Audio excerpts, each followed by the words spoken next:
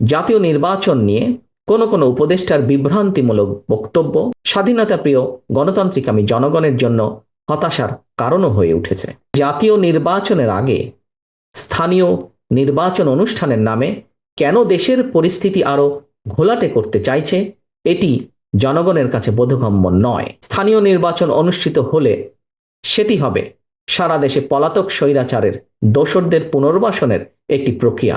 রাষ্ট্র এবং সমাজে জনগণের রাজনৈতিক ক্ষমতা নিশ্চিত করার পূর্ব শর্ত হল প্রতিটি নাগরিকের ভোট প্রয়োগের অধিকার বাস্তবায়ন, এবং এ লক্ষ্যেই একটি রাজনৈতিক দল হিসাবে বিএনপি বারবার জনগণের ভোটে জনগণের কাছে দায়বদ্ধ সরকার প্রতিষ্ঠা করার লক্ষ্যে জাতীয় নির্বাচনের দাবি জানায়। বিভিন্ন সময় জাতীয় নির্বাচন নিয়ে প্রধান উপদেষ্টার বক্তব্য জনমনে ইতিবাচক ধারণা সৃষ্টি করলেও জাতীয় নির্বাচন নিয়ে কোনো উপদেষ্টার বিভ্রান্তিমূলক বক্তব্য, মন্তব্য স্বাধীনতাপ্রিয় গণতান্ত্রিকামী জনগণের জন্য হতাশার কারণও হয়ে উঠেছে।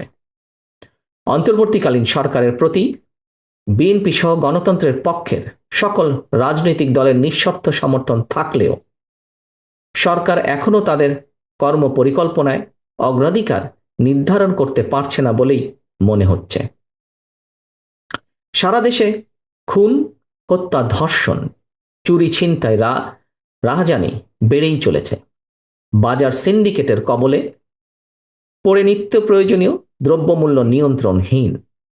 বর্তমান অন্তর্বর্তীকালীন সরকার এখনো মনে হয় দেশের আইন শৃঙ্খলা পরিস্থিতির উপরে সম্পূর্ণ নিয়ন্ত্রণ প্রতিষ্ঠা করতে পারেনি।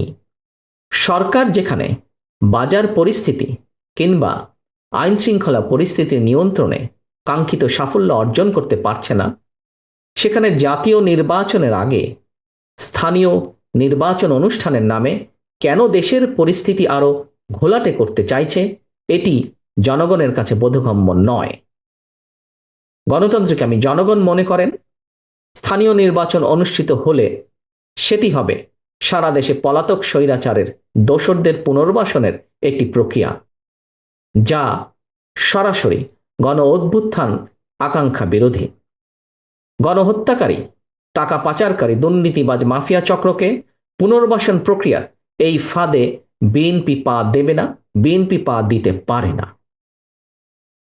প্রিয় সহকর্মীবৃন্দ, বিএনপি জনগণের কাছে প্রতিশ্রুতিবদ্ধ আগামী জাতীয় নির্বাচনে বিএনপি জনরায় রাষ্ট্র পরিচালনার দায়িত্ব পেলে গণহত্যাকারী, মানবতা বিরোধী অপরাধীদের বিচারের মুখোমুখি করবে।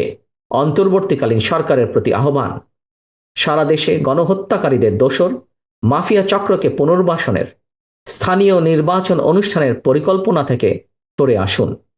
অবিলম্বে আগামী দিনগুলোর জন্য অন্তর্বর্তীকালীন সরকারের সুনির্দিষ্ট কর্মপরিকল্পনার রোডম্যাপ ঘোষণা করুন।